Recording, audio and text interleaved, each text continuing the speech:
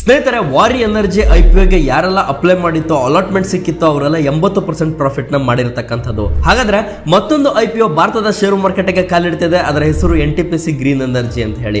ಈ ಒಂದು IPOಗೆ ನೀವೇನಾದ್ರೂ ಅಪ್ಲೈ ಮಾಡಬೇಕು ಅಂದ್ರೆ 19 ನವೆಂಬರ್ ಇಂದ 22 ನವೆಂಬರ್ ಒಳಗಡೆ ನೀವು ಅಪ್ಲೈ ಮಾಡಬೇಕಾಗಿರುತ್ತೆ. 108 ಪ್ರೈಸ್ ಬ್ಯಾಂಡ್ ನ ಸೆಟ್ ಮಾಡಿದರೆ. ಅದರ ಗ್ರೇ ಮಾರ್ಕೆಟ್ ಪ್ರೀಮಿಯಂ ನ ಪ್ರಕಾರ ಇದು 110ರಲ್ಲಿ ಓಪನ್ ಆಗಬಹುದು ಅಂತ ಹೇಳ್ತಾ ಇದ್ದಾರೆ.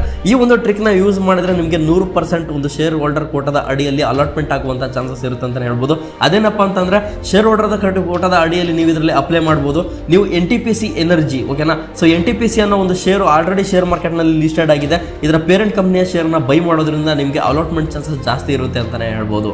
ಹಾಗಾದ್ರೆ ನೀವು ಈ IPOದಲ್ಲಿ ಅಪ್ಲೈ ಮಾಡ್ತೀರಾ ಅಂತ ಹೇಳಿ ನೀವು ಕ್ವಶನ್ ಮಾಡಿದ್ರೆ ನಾನು ಖಂಡಿತ ಮಾಡೋದಿಲ್ಲ. ಯಾಕಪ್ಪ ಅಂತಂದ್ರೆ ಮೇನ್ ಆಗಿ ಇದರ PE ರೇಷಿಯೋ, ಇದರ PE ಬರೋಬ್ಬರಿ 239ರಲ್ಲಿ ಟ್ರೇಡ್ ಆಗ್ತಿದೆ. ಬಹಳ ಹೈಯೆಸ್ಟ್ PE ಇದೆ ಅಂತಾನೆ ಹೇಳ್ಬೋದು. ಡೆಪ್ಟ್ ಇಕ್ವಿಟಿ ರೇಷಿಯೋ ಕೂಡ 1.92 ಅಲ್ಲಿದೆ. ಸೊ ಇದು ಕೂಡ ತುಂಬಾನೇ ಅಂತ